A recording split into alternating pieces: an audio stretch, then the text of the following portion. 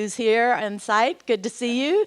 Everybody who's at home, hope you're relaxing with your coffee, your feet up on the coffee table. And everybody who's having wine and cheese wherever you are. It's so nice that you're all here joining us. I'm just going to make two quick announcements if I can remember them. Amazing Place is collaborating with St. Paul's to have that Savvy Caregiver virtual training sessions for caregivers of people with Alzheimer's or dementia.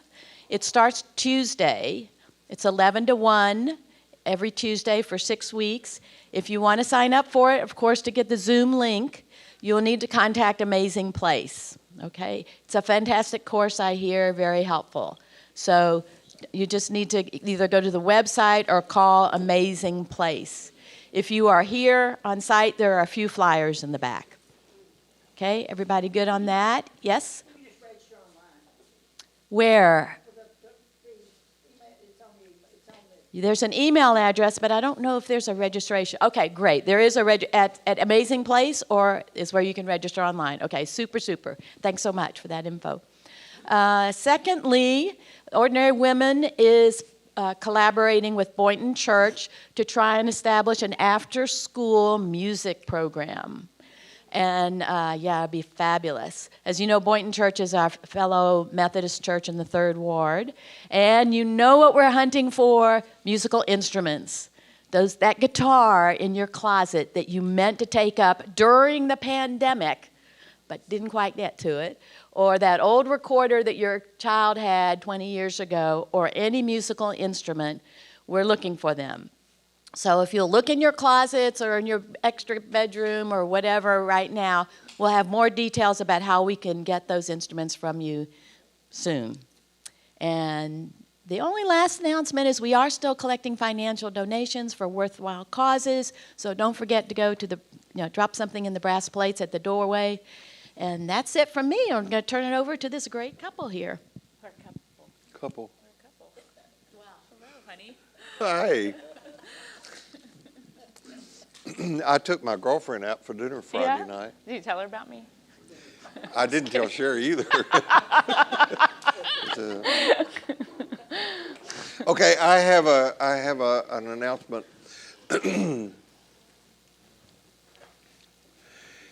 I had hoped that Ordinary Life would be able, I put this in the preview that went out, I had hoped that Ordinary Life would be able to have groups of people who would watch Conspire's this would be Richard Rohr's last conference, which is September the 24th, 25th, and 26th.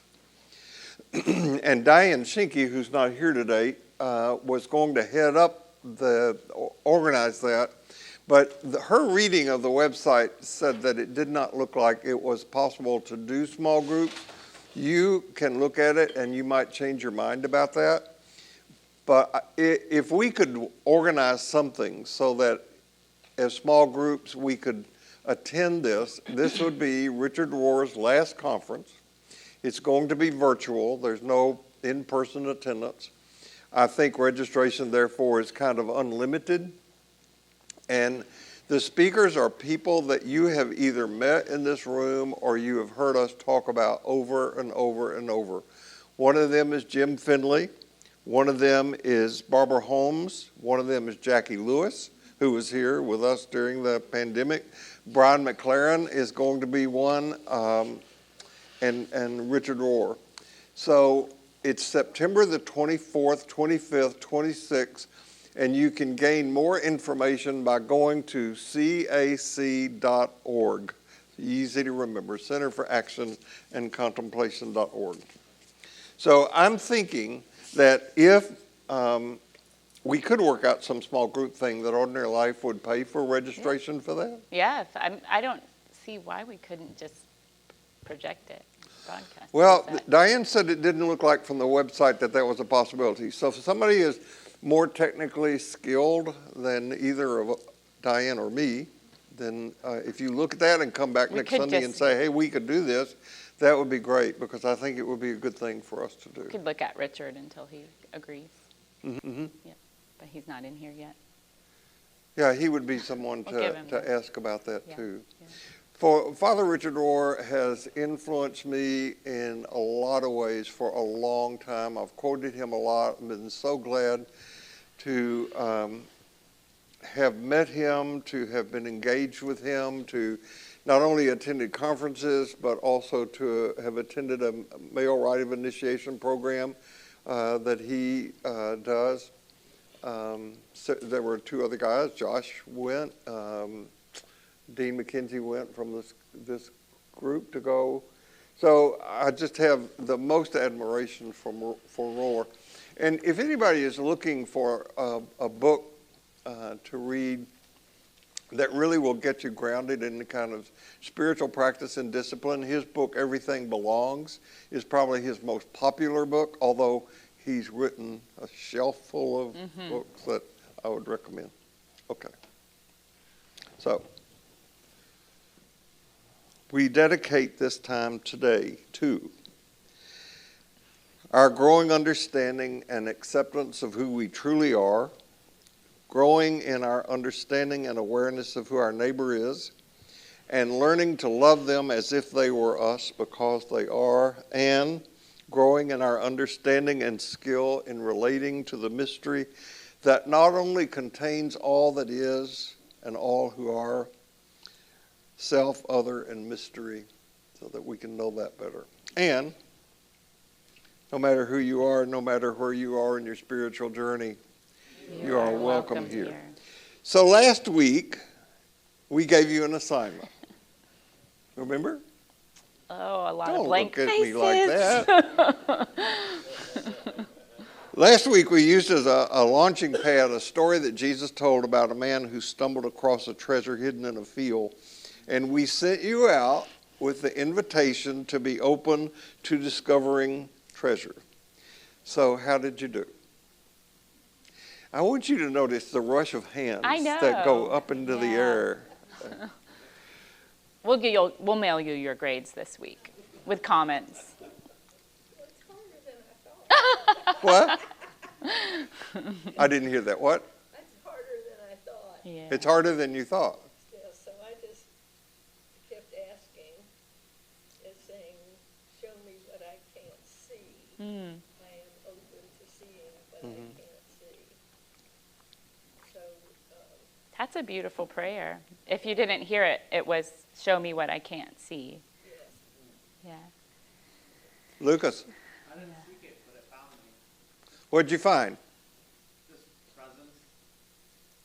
Presence? Yeah. Presence, like awareness. And It's a great gift. Yes.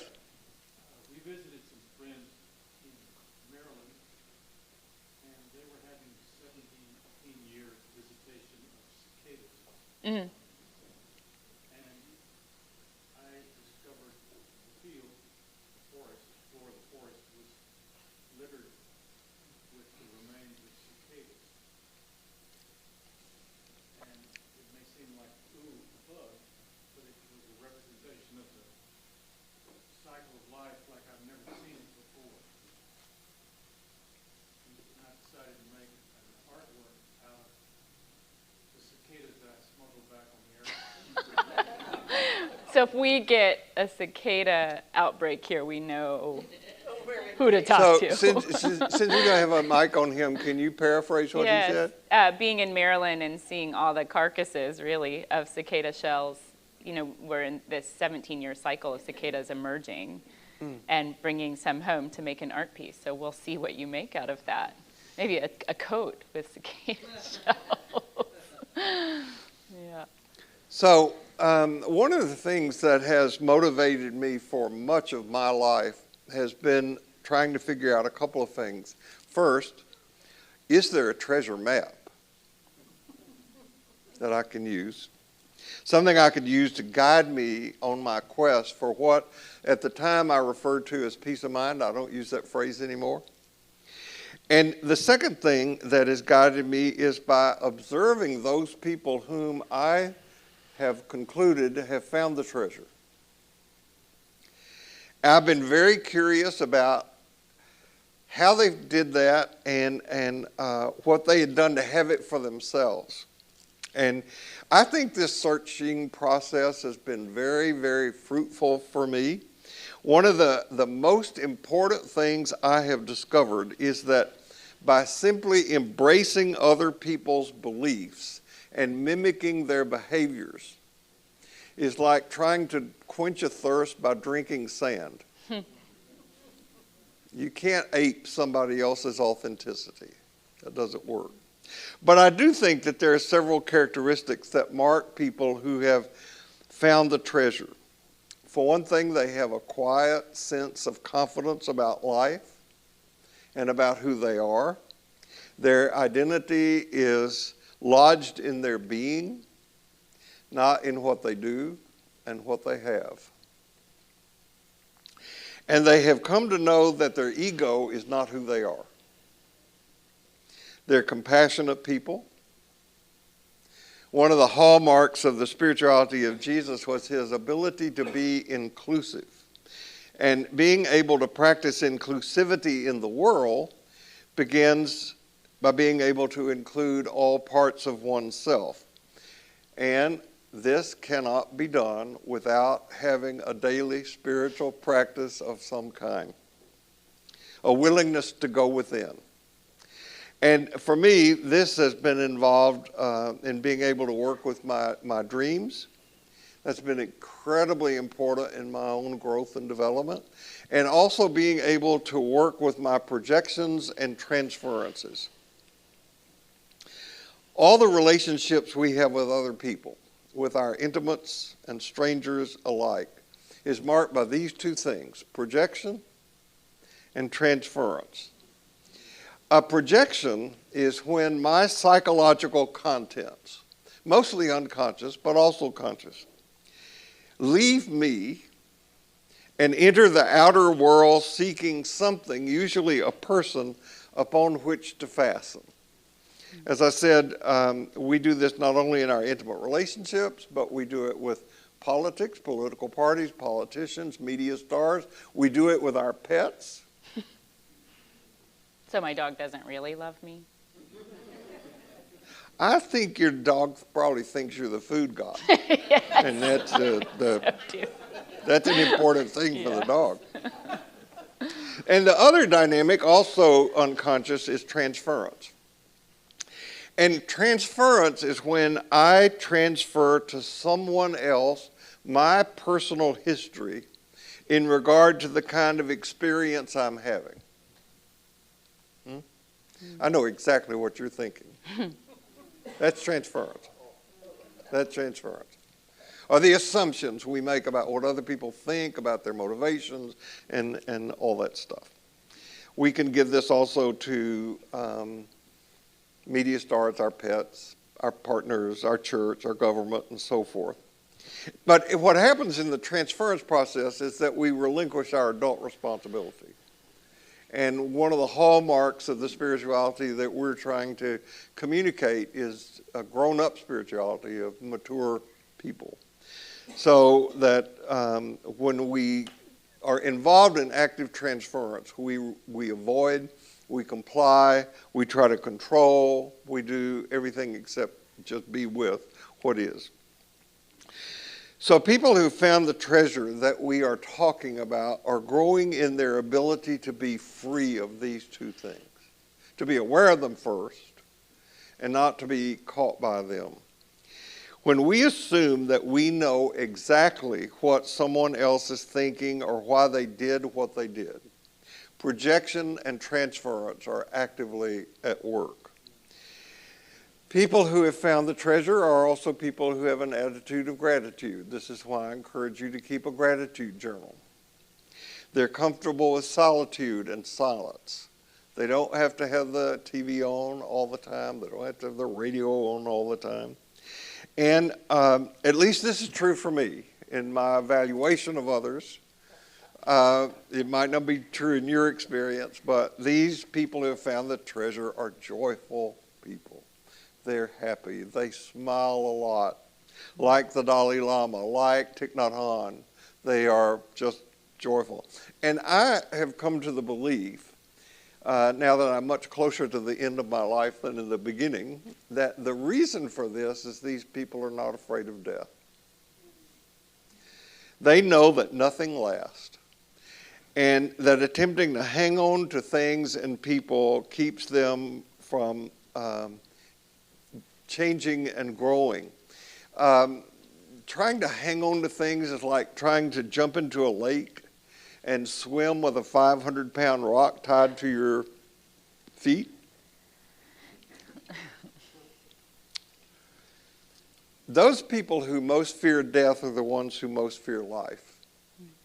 Life carries all things away, and the ego craves stability and permanence. So the people who found the treasure don't cling. They don't cling to anything. They don't cling to anyone. And when we're free of the fear of losing others, then we're able just to sit back and be. We can become like a mountain spring that's always fresh and sparkling. So the checklist that I use to see how, if, and where I'm growing, or not, is short, it's simple, it's gloriously complex. Am I growing in my ability to experience and express peace, love, joy, patience, and humility? Now, there's good news. There's treasure to be found. I hope you find it today in here. It's here. It's right here. As a matter of fact, I think if you can't find it here, you're not going to find it anywhere. And is that true for no matter where you are? Huh? And might that be true for no matter where That's you are? true for no matter where you are, but you can only be here. That's right. Can't be somewhere else. Although usually we are. You got that, right? That's the problem. We're not here. We're either out in the future or we're in the past and not in the present moment. So there is more good news, and there is in a parable that Jesus told that we're going to deal with that parable today. Jesus said, the Father's imperial rule is like a merchant who had a supply of merchandise, and then he found a pearl. That merchant was prudent. He sold the merchandise and bought the single pearl for himself. That's in the Gospel of Thomas. It's also in Matthew, but that's in Thomas. This is the way that Eugene Peterson translates it. God's kingdom is like a jewel merchant on the hunt for excellent pearls. Finding one that is flawless, he immediately sells everything and buys it. Now, I want you to notice the difference between the parable we dealt with last week and this one. In the parable of the treasure that was found in a field, the man stumbled over it accidentally. He wasn't looking. He just found it. But in this parable, the merchant is deliberately seeking for something of value. He's looking for the pearl. Your screen says on the hunt for excellent pears. Well, it should be pearl. That's funny. My Pears, proofreader pearls. disappeared. Oh, me. I forgot to check that one. Sorry. One interpretation of the pearl of great price is that it represents Jesus' death on the cross and his sacrifice for our sins. The sacrifice, our salvation, is the pearl of great price. But this can't be the way that we continue to translate, or we can't stop there if we want to broaden the understanding of Jesus beyond substitutionary atonement or individual salvation. When I Googled this last week, the pearl of great price, this is the first thing that came up from a site called Biblical Answers. Be careful what you Google. Eternal life, the incorruptible inheritance, and the love of God through Christ constitute the pearl, which once found, makes further searching unnecessary. Christ fulfills our greatest needs, satisfies our longings, makes us whole and clean before God, calms and quiets our hearts, and gives us hope for the future. The great price, of course, is that which was paid by Christ for our redemption. He emptied himself of his glory, came to earth in the form of a lowly man, and shed his precious blood on the cross to pay the penalty for our sins. it's a wonderful metaphor for transformation. And of course, what you hear us doing is trying to turn that on its head and say there are other ways to read this. I wasn't satisfied with this answer because it required a lot of Jesus, but not very much of us. So I kept searching. Next, I come up upon how often the pearl of great price has been used to refer to especially girls' virginity. Pope Pius XII used the phrase to describe virginity, and more often than not, it's young girls who are taught that their pearl is God's treasure, not to be given freely or carelessly. I was certainly taught that through cultural values, through different ways of learning. In purity culture, girls are often taught that they are the gatekeepers, the ones who preserve their virginity. So this also creates what we call I'm sorry to use this term, but it's what creates rape culture. What did she do to allow that to happen to her? So often young girls get the brunt of the shame, if their pearl is taken or given.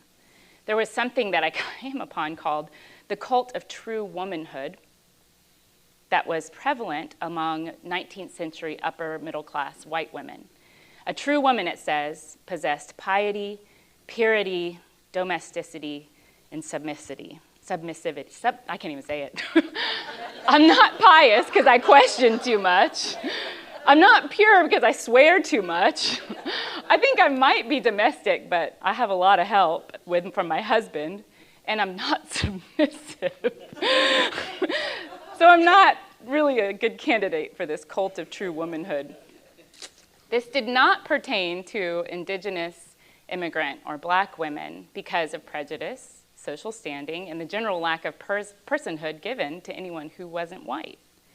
Forgetting, of course, that these same white women who were around in the 1800s were also descendants of immigrants.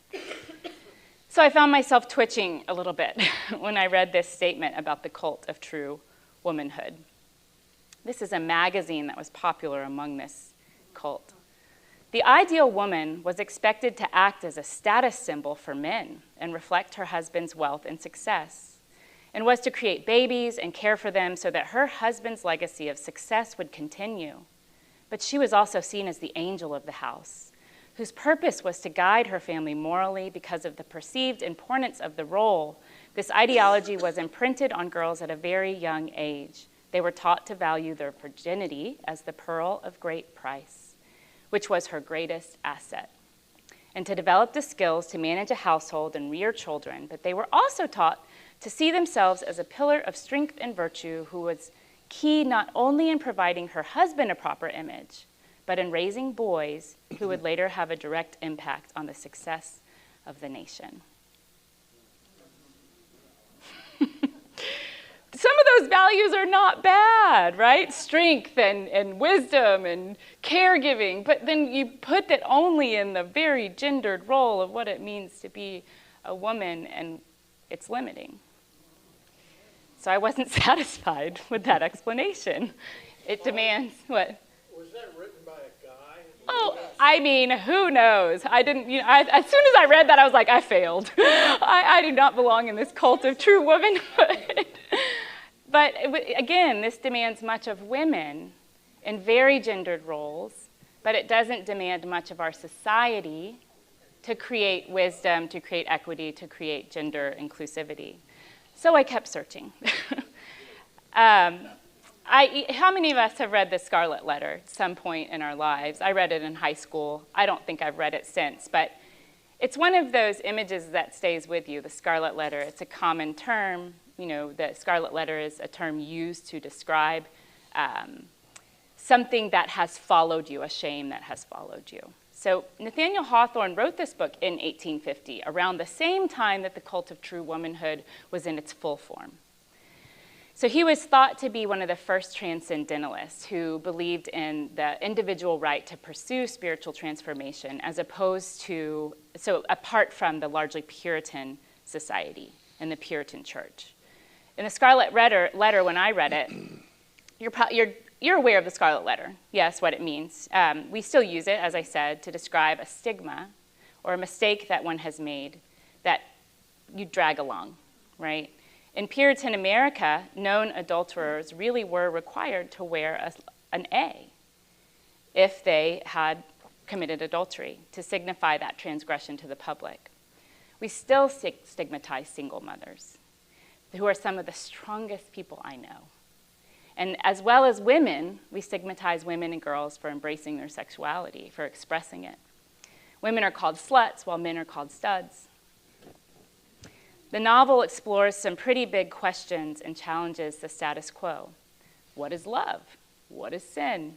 Is desire evil, and who is to judge it?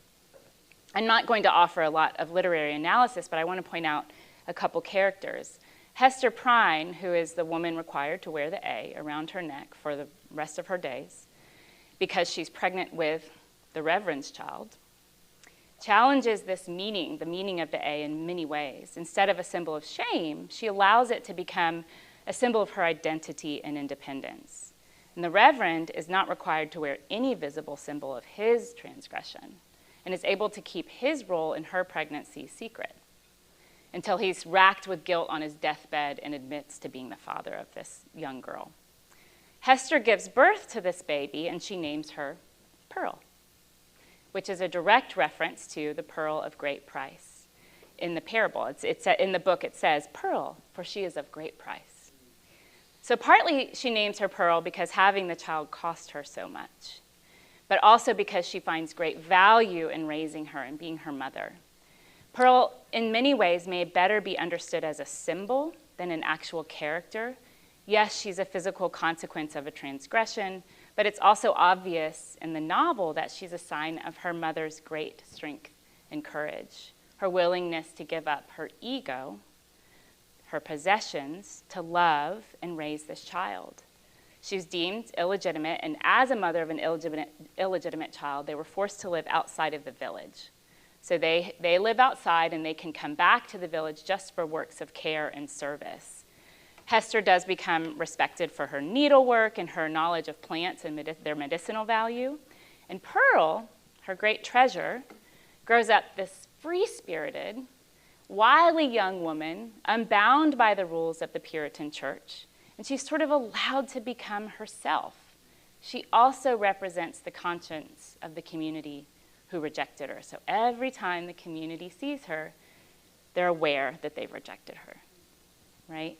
So this novel points out to us, and I'm not suggesting you go back and read it, but I just read the Cliff Notes this week to remind myself of what it was all about. But it points out to us how we so often reject and judge what we don't understand, what is unfamiliar or outside of the status quo. As Bill mentioned, we transfer our fears and our shame onto these people or things that we don't understand. Pearl's meant to challenge the reader, and she does. She's courageous, she's bold, she's artistic, outspoken, and she's ultimately someone we find ourselves wanting to be more like. But because we fear that we can't be more like her, we project that shame onto her. But she's this wonderful, multi-layered character, portrayed with she's the most complex character in the novel.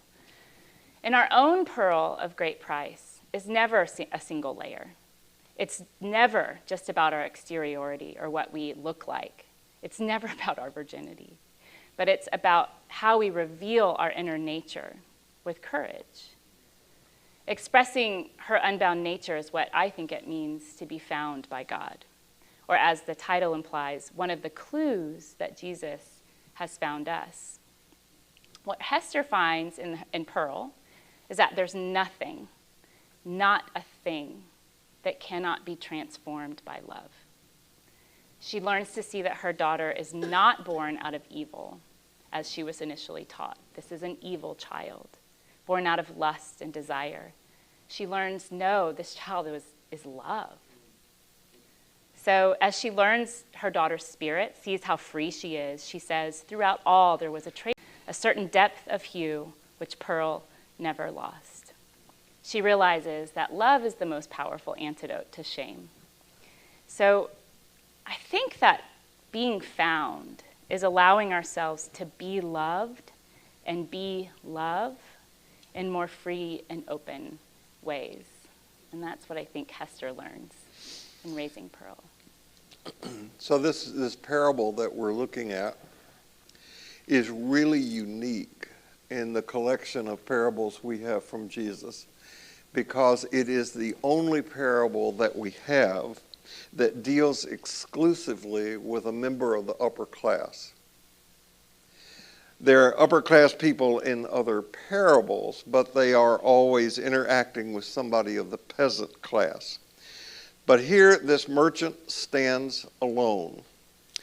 And the pearl, as Holly's just said, is a metaphor. It stands for something that is exotic, that is foreign to us. Sometimes you'll have a dream where you go to a country, another country. You're being invited to go to a place that is foreign to you. Or you'll have a dream in which there's a character, maybe of another race or another nationality that's part of you, that you're being invited to know, that part of you that's foreign to you, that you're being invited to know. The pearl is also a metaphor for wisdom. Pearls appear in both the Hebrew and the Christian scripture as that which is of supreme value. Everybody in here has heard of the pearly gates, right? Right. Which is okay as a metaphor until you get it that heaven is pictured as a gated community. So, I'm on a quest. So are you. That's why you're here. That's why I'm teaching. And there is this wonderful synchronicity that's gotten us all together in this room like this together.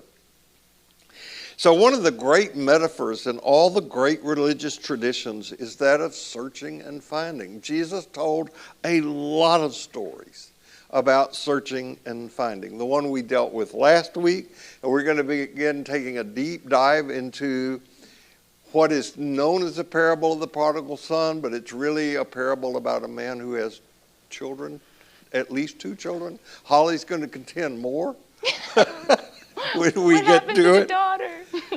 And we're going to talk, at least I plan to, at length when we get into that parable of the prodigal son, about this man who came to himself. Wisdom knows that we are both that which is searching, and we are at the same time the treasure that is found. Mm-hmm. Both at the same time. Remember, we're walking this path of contradiction and paradox. So when we get to the phrase in the parable of the prodigal son about the son who, quote, came to himself, we're going to talk more then about who we are. But for the moment, I simply say that all of our relational difficulties, from a quarrel between 2 people to conflict between nations, arises from the false, useless, unwise notion that there is such a thing as a separate self. This is not in my notes, but it will be next week or the week after that. In 1966, the spiritual teacher that I engaged tried to teach me something that it has taken me years to get. And I'll say it to you, and I bet you don't get it. Some of you might, but this is not me sitting here.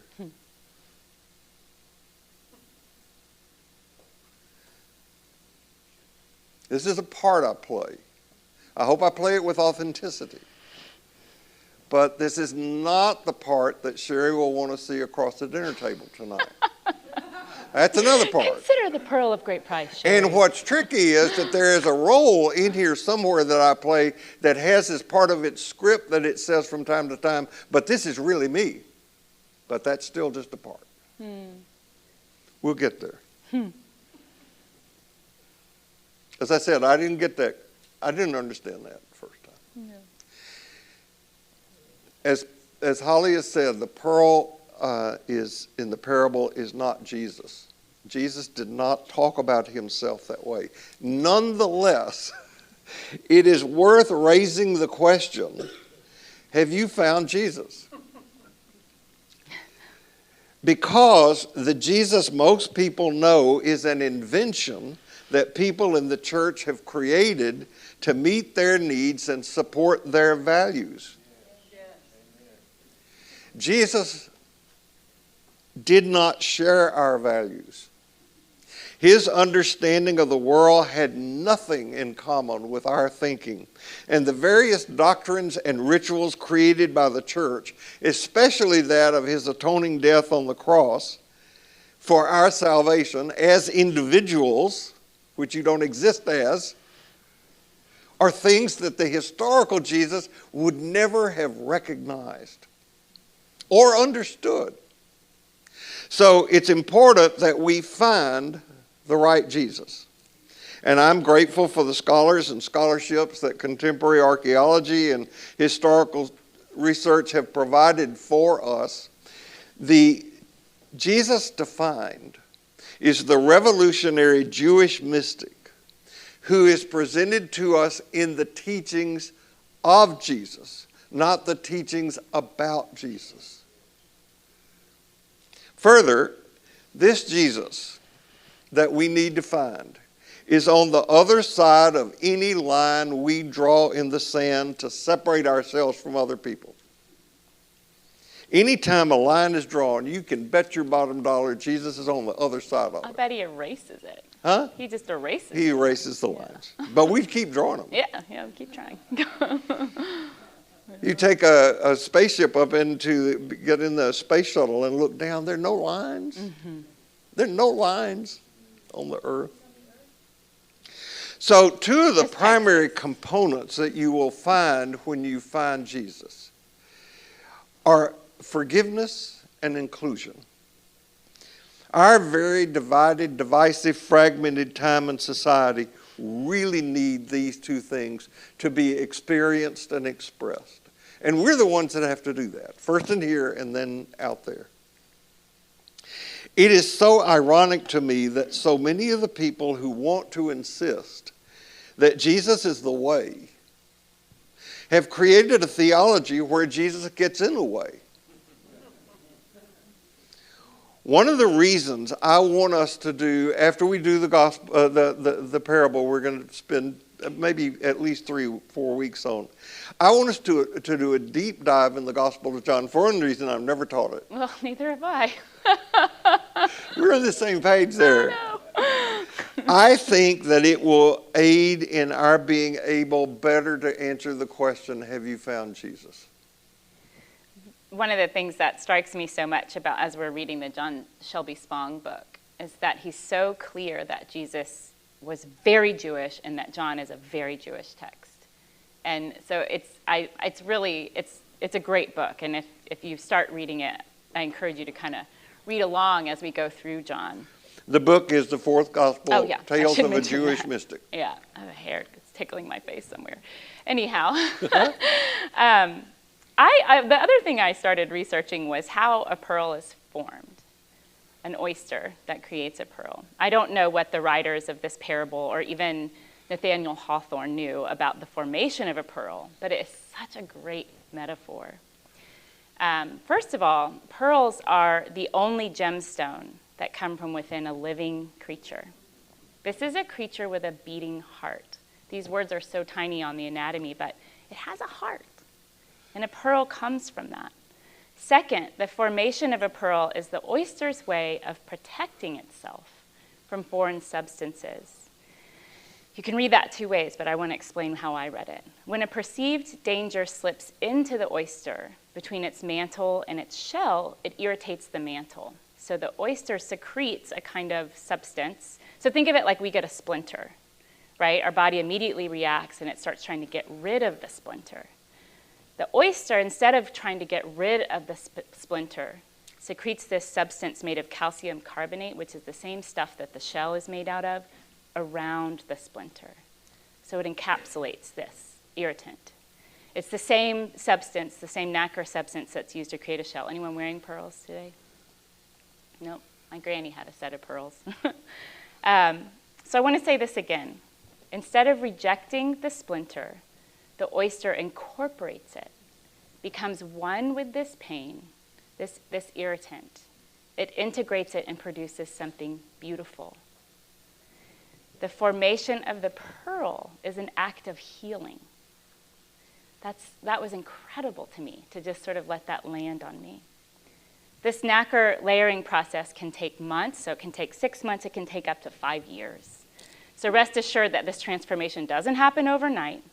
The pearl is not produced, taken out, produced, taken out, and produced, taken out. It's layer upon layer upon layer of this shimmery protective coating. And each layer is a part of this oyster's story, a part of its progression. And some oysters, rarely, can produce 2 to 3 pearls over a lifetime. These are the ones that are cultivated, that are kind of maybe grown in oyster farms, and they can carefully dislodge the pearl. But many oysters die after they've given their pearl. And the oyster that produces the pearl of great price, a large one, sometimes oblong, sometimes pear-shaped, as it's set up there, usually only makes 1 per lifetime. Here's something else really cool about oysters that I read. I had no idea. They are hermaphroditic, which means that they start their life as male, and they're male for about 2 to 3 years, and then they change to female in the last years of their life. So they integrate the splinter, the irritant, they also integrate their maleness and their femaleness. The oyster does not even have to think about creating a pearl. My son, we have a whole bunch of chrysalises in our garden right now. We have a bunch of butterfly-producing plants, and some have been eaten by birds. My cat, in fact, went up to one and just knocked it off, but she doesn't know. Nevertheless, my son asked, well, how does the caterpillar know to make itself into a butterfly? And I was like, it doesn't. It just does. It just doesn't have to think about it. The pearl is the same way, or the oyster is the same way. It doesn't think about it. It just does. So I often wonder, what would we be capable of if we didn't think from our fears and our self-consciousness and our ego, but incorporated all of our experiences as part of the process of becoming whole? We could become healers instead of hurters. If one interpretation of the pearl of great price is that the seeker is God looking for you, then what is to be realized about the pearl which is in you? It's something that you become over time. It forms within that hardened outer shell of what we might call our ego, our protective shell. In some ways, this guards us, what is within. So the ego is protective. It guards the treasure in some ways. But if we lead from it, we never actually produce the treasure. We never actually reveal it. So all the while, if our experiences, the good, the bad, and the boring, they all give shape to what is being formed within. And to dislodge this pearl from the oyster, the outer shell has to be pried open. And sometimes a little ligament has to be cut in order for that pearl to be extracted. So if God is the seeker, and I want you to imagine that for just a second, God is not a being, but being itself. So if reality is seeking us, God does not actually demand flawless perfection. In fact, in many places, the pearls of the greatest price are the ones that are the odd-shaped, the oblong, or the pear-shaped, because they're unique. So nor does God demand from us flawless beauty. Remember that even the pearl in the center of our being wraps itself again around something like a splinter, around hurt and pain. It wraps itself around the experience of being hurt first and then creates beauty. Like Hester, I think Hester Prynne in Scarlet Letter, I think we can learn to shape something beautiful out of our brokenness. She did not so Pearl, her daughter, is the symbol, the living symbol of her Scarlet Letter. But she becomes the most beautiful symbol of her life, the most treasured symbol of her motherhood. So this is a kind of mitzvah, a kindness. In seeking the pearl of great price within the hardened outer shell, our pain and grief is not repaired or removed, but it's integrated. The Talmud, the Hebrew text, says, if someone is sick or in need and you can take a 60th of their pain, that's goodness. That's God. That's healing. So again, imagine what healing we are capable of if we allow our pearls, our capacity for healing, to be found. I have a favorite philosopher among my favorites. I tend to be drawn towards the female philosophers because there aren't as many. Simone Weil, she's a philosopher, a poet, she was a social critic, wrote a book called Waiting for God. Her book is full of paradox and contradiction and hyperbolic reasoning, and she never attached herself to the church as a nun or as a mystic, because she wanted and searched for God in the flesh, in the world, through direct experience. She thought the church was hypocritical and in danger of standing in the way of what she called implicit faith, our yearning, our own seeking, of being the seekers of the pearl. She also did not want to feel separate from ordinary people. She just didn't want to feel like she was other than the people on the street. The book is mostly her letters written to her dear friend, Father Perrin, who was a Catholic priest who implores her always to be part of the church. You need to be part of the church. And she keeps saying, "Dear Father, no." And here's why. The title, I think, expresses her deepest longing, to be found by God, waiting for God. And as she writes in one reflection, to be eaten and digested by God. She writes, "We cannot take a step toward the heavens. God crosses the universe and comes to us. And there is no other proof of God but the universe itself, with the totality of all the reasoning creatures it has ever contained, does contain, or ever will contain. This is the native city to which we owe our love. This place, right here, right now." So we may be waiting to be found by God, but it already surrounds us. It already consumes us and pours through us. Sometimes we're seekers, sometimes we're sought, and always it's going to be about prying open that hardened shell of protection and revealing our pearl. I think this got us started on thinking about this parable, the Meister Eckhart Book of Secrets poem. If we haven't mentioned this book before, it's called the Book of Secrets, and I forgot to mention that Adam told me that it's actually available for free, as a free download as a PDF on Google Books. Is that right? Audible. Audible. Yeah, free audio. Here it is. "The truth is all that matters, but it's hid deep in the darkness, a mystery so great and sublime that no words can hold it. So empty yourself of what you thought you knew about it, and trust the silence at the beginning and the end of thinking. This is where God waits to find you, the pearl of such great price that you must forget what you know and sell all you have to acquire it. Once you do, it is all you need. Nothing else matters." So I finally found an explanation of the pearl that I was satisfied with. And I'm going to keep searching. So we are in the heart of sacred mystery, and sacred mystery is within us. Now, I don't know about you, but I am more often than not unmindful of this. We get distracted. We lose our standing. So these two truths remain out of sight for us. They remain buried. And we can stumble over them, or we can go searching for them.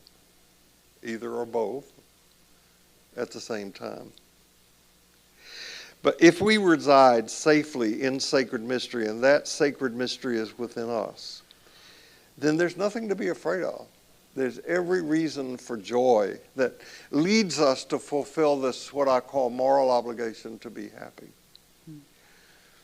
Now, I think there are two major reasons we don't experience this realm of identity either within us or in the world. First, we are seldom present to what is.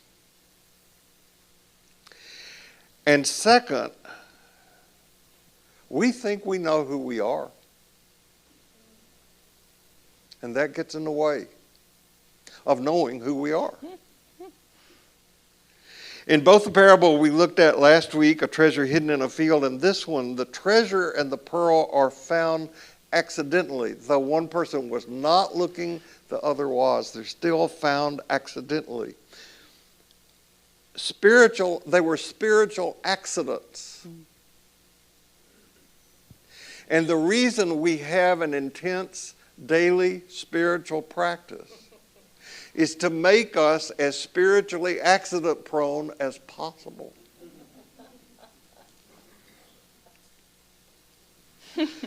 Carl Jung said that sadly, the commonest human type is the person who imagines he or she actually is what that person cares to know about him or herself. We suffer so much in life because we imagine that who we think we are is different from who we are, and we suffer because we think things are permanent when they are not. Now, the teaching in this parable, and indeed I think this is the way to summarize a great teaching of any great spiritual teacher, is that we are to live lives of authentic existence in the world, going about our ordinary lives, and being open always to abandon what the ego wants to seduce us into believing is the focus of life. So I believe it is very important to find the right Jesus, to correctly know his teachings, and to lead lives marked by the values found in the Beatitudes and in the Buddhist Eightfold Path. If we are in the Christian tradition, we are always seeking ways to answer in deeper and more personal ways the question, have you found Jesus? That's extremely important. But there is another question. Has Jesus found you?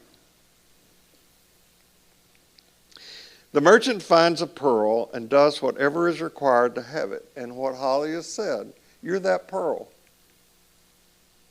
You're that treasure. So the teachings of Jesus can be summed up in one phrase: God is love. And Jesus reflects this love in a way that few human beings have been able to achieve. Now, I have been a personal counselor to people for 50 years, and I can tell you that every one of us thinks negatively about him or herself. There's something about me that if you really knew, you wouldn't like.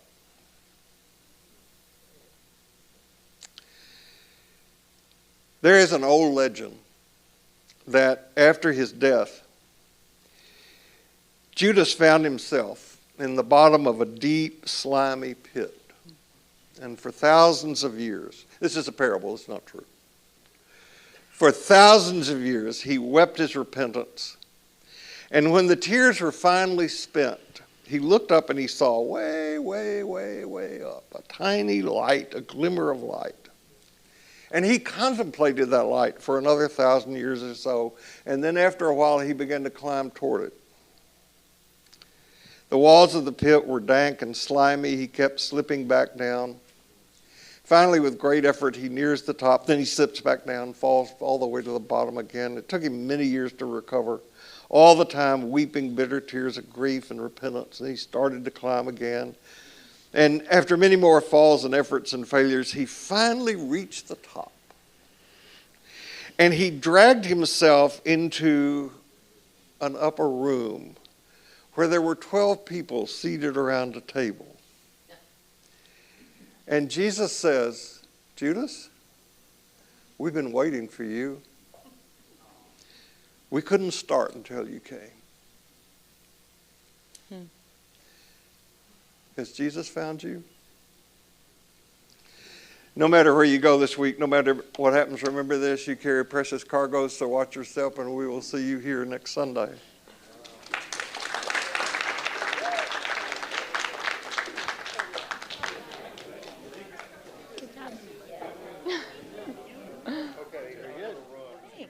I sure can.